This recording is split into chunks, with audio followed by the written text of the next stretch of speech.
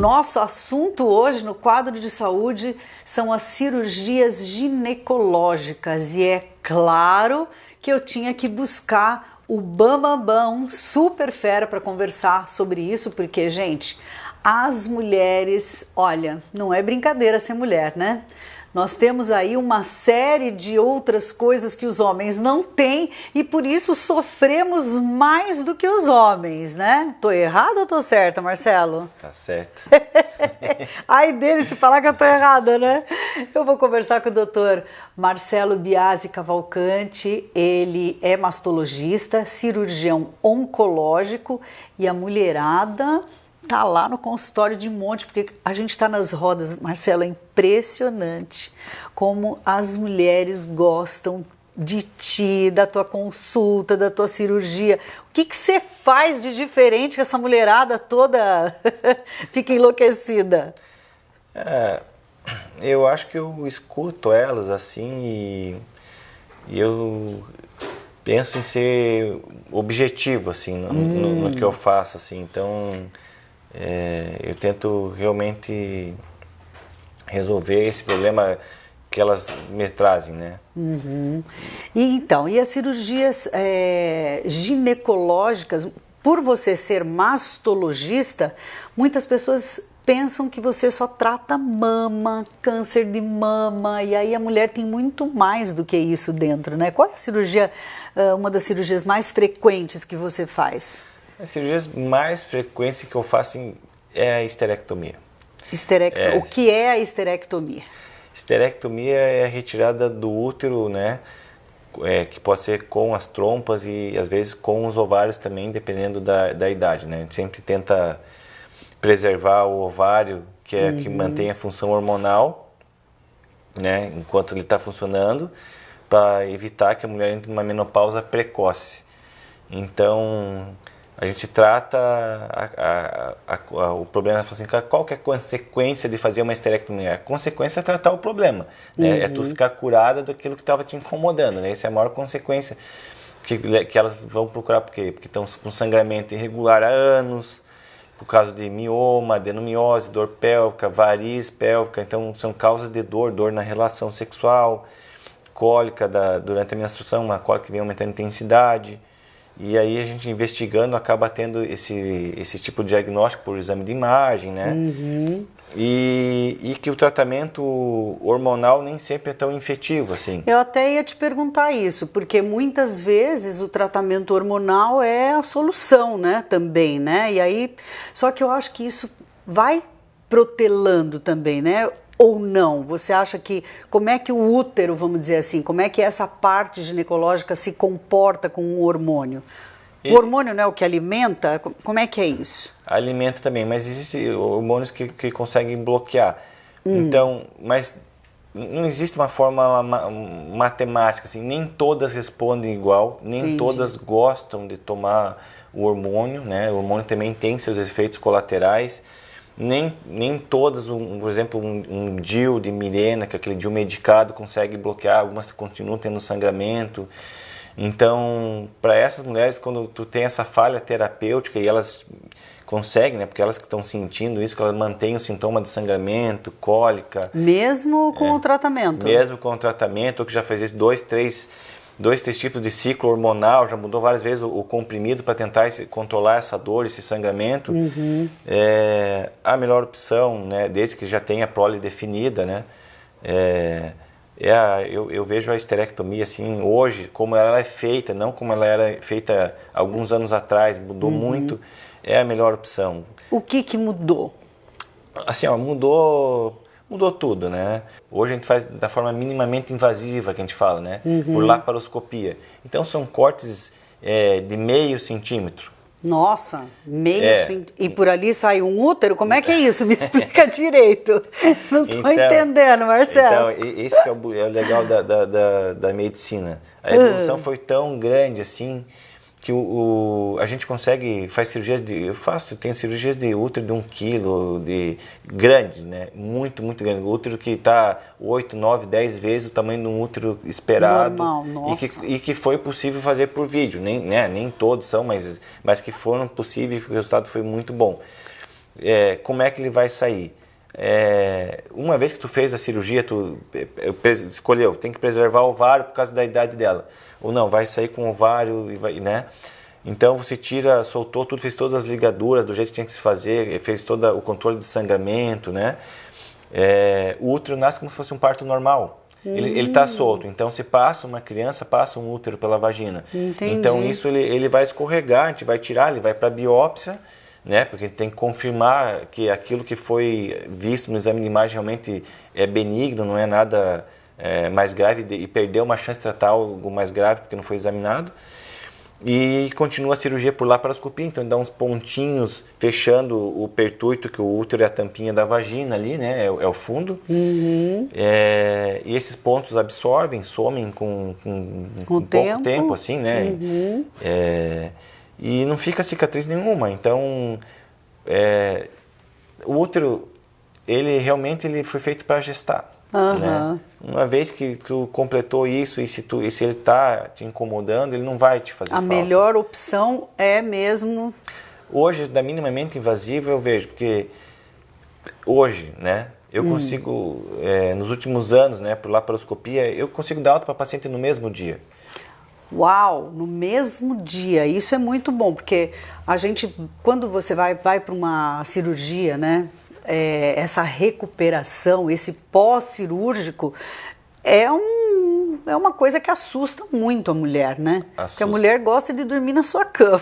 Todo mundo quer dormir na sua cama, né? Tem aquela coisa de aumentar a taxa de infecção, porque ficou mais tempo internada, ficar com uma sonda de xixi. Então, isso não acontece. Hoje a mulher, ela acabou a esterectomia, ela acordou, ela comeu, não está com dor, não está enjoada, ela vai para casa. Ela dorme, mesmo cirurgias feitas à tarde, entende? Que opera a maior parte das vezes à tarde e de noite ela está dormindo na cama dela. Que maravilha. Isso... Mas eu acho que isso é uma coisa técnica, né, Marcelo? Uma coisa que é, vamos dizer assim, é a tua preferência por essa técnica. Isso. Né? Isso. Ou via de regra todo mundo opera por laparoscopia? Não é todo mundo, tem toda uma formação. Eu opero por todas as vias da cirurgia ginecológica, todas. Quais são as vias? Tem a via ginecológica mesmo, de operar pela vagina, é uma boa via também para alguns casos, mas eu vejo algumas limitações dessa via. Tem a via laparotômica, tem a laparoscópica e a robótica. Disparado de todas elas, para a maior parte dos casos, a laparoscópica é a melhor que a robótica.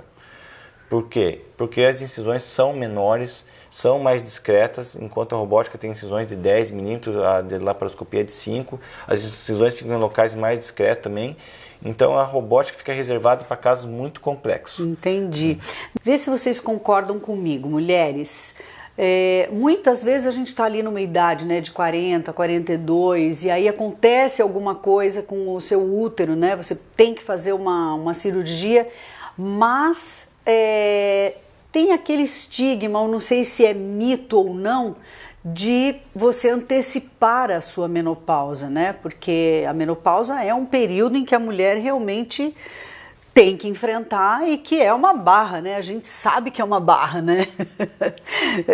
Isso, como é que funciona essa cirurgia de retirada de útero, uma esterectomia em relação à menopausa? Quando a gente sabe que a mulher não está no período, não está perto da menopausa, né? A gente sempre preserva o ovário, né? Mesmo quando o problema é no ovário. Quando eu tenho que tirar parte do ovário, eu vou tirar parte do ovário. A gente chama de oforoplastia. Ele faz uma plástica no ovário, mas deixa a parte que está sem problema inteira, intacta. Então só tira realmente o que necessita. Mas tirou o útero, vai adiantar a menopausa? Não vai. Ela vai ter a menopausa na época que era para ela ter. A menopausa na brasileira, na média, assim, é aos 48 anos, assim. Mas segue muito o padrão de família. É raro as pessoas passarem dos 48 e também não é muito comum ser muito antes disso. Então, a menopausa, tirando o útero, o que acontece quando ela faz a esterectomia, por exemplo, aos 40? Ela vai ter os mesmos calorões que ela teria, os sintomas de menopausa, aos 48. Então, o que muda é que antes ela não vai mais menstruar, não vai mais ter cólica. Ela não vai mais ter aquela dor que ela tinha na relação, a dor da menstruação. Então, isso que vai melhorar. Isso é um sossego, então. É um sossego. Ao contrário do que a gente imagina, isso é um sossego. Uma cirurgia dessa é tudo de bom. É tudo de bom. Desde que realmente tenha indicação, assim. Senão a mulherada já vai sair fazendo, né? Às vezes a pessoa fala, não, vou lá então tirar. Não. Calma. E tem que ter a indicação, porque afinal de contas é uma cirurgia, existe uma anestesia, Claro, todo lógico. um procedimento, né? Mas é muito bom. Assim, o que eu vejo dessas pacientes, que elas realmente falam assim, pô, doutor, eu devia ter feito, se eu soubesse que era tão tranquilo, eu tinha feito antes. Entende? Porque ficaram anos sofrendo com o sangramento, mantendo irregular, às vezes com limitação social, porque escorre na perna, escorre na roupa, entendeu? Não consegue trabalhar.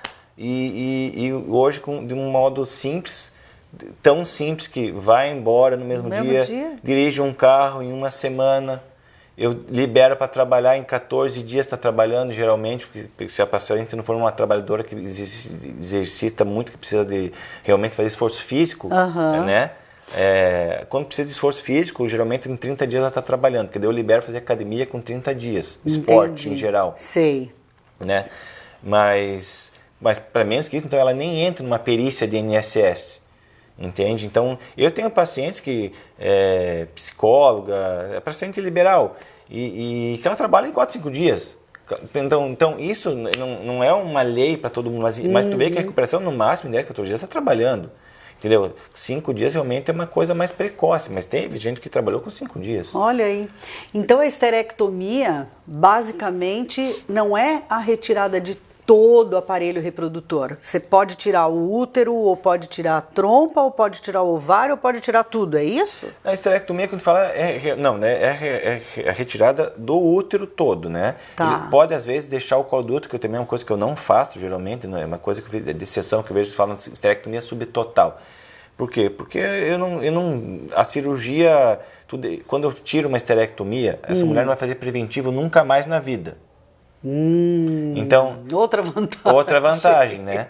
Porque o câncer de colo do útero, tu tem que ter o colo do útero. Claro. Se eu vou tirar o útero, por que eu vou deixar o colo do útero, entendeu? Existe uma lenda que a bexiga pode cair. É lenda. Essa era outra pergunta. É lenda. É lenda? É lenda. Gente, quanta novidade para nós, né, que somos leigos, né? A gente está praticamente aqui fazendo uma consulta com o Dr. Marcelo, que é mastologista, que é cirurgião oncológico, mas que também faz cirurgias ginecológicas. Marcelo, isso que você está me falando é o X da questão, meu amor. Eu vejo assim, e é a dúvida, a maior parte das dúvidas, elas têm assim, e elas não falam, às vezes elas têm, a paciente, sei lá, é pouco tempo, ela não conseguiu criar um vínculo, intimidade, ela tem vergonha de perguntar, e eu falo, eu já vou falando assim, ó, porque ela fala, porque esse era o meu medo, eu não queria perguntar, mas meu medo é ficar com a bexiga caída. Não vai ficar, porque a bexiga cai com útero ou sem útero, entende? Então eu tenho um monte, você pode falar com a tua tia, a tua avó, que ela tá lá com o útero e tá perdendo xixi. Entendeu? Porque ela não tirou o útero. É uma fraqueza ligamentar, que é como se fosse uma hérnia, que acontece em algumas mulheres com o tempo, e para isso também tem um tratamento, mas não é a retirada do útero que vai causar essa fraqueza ligamentar. Não é, entendeu? Isso é uma coisa da idade, dos traumas que ela viveu. Então é uma coisa pessoal. Então o útero não vai evoluir nisso. E também, como o útero também não vai implicar em nada em relação à questão de prazer sexual. Outra dúvida que eu ia te perguntar, como é que fica o prazer sexual? Porque se você retira... Existe esse mito, né, Marcelo? Existe muito desse mito. Não muda nada, porque a maior parte da sensibilidade da mulher não tem nada a ver com o útero. É na vulva, na entrada da vagina, é proximal. O útero não dá esse prazer e ele não é responsável pela lubrificação, né? A mulher vai continuar tendo lubrificação normal. E o desejo, na verdade, tem muito mais a ver com psicologia emocional, né? Do que com o útero, né? E a gente, durante a cirurgia, realmente não mexe na vagina e nem na vulva. A cirurgia não passa por ali, não passa por essa inervação. Entendi. Então não tem como a pessoa ter alguma alteração em termos de sensibilidade e de prazer num pós-operatório de esterectomia. Não tem nada que aconteça nesse sentido, né? Marcelo, eu adorei essa entrevista. Gente, eu amei tudo isso. Olha, se você está assistindo essa entrevista na TV, calma, porque eu vou passar ela muitas vezes e você pode comentar com todo mundo, com as suas amigas, que você vai assistir mais uma vez, com certeza, porque isso é uma matéria atemporal, né? Mas se você está assistindo nas redes sociais, compartilha, deixa seu comentário, e se você está passando por este problema, não se esqueça de que temos, né, aqui em Joinville, às vezes as pessoas vão para Curitiba achando que é um bicho de 7 cabeças, que não sei o que, ou vão para Floripa. Gente, nós temos tudo em Joinville, tudo, os melhores cirurgiões, os melhores médicos, o melhor tudo, e principalmente as informações que o Marcelo deu agora.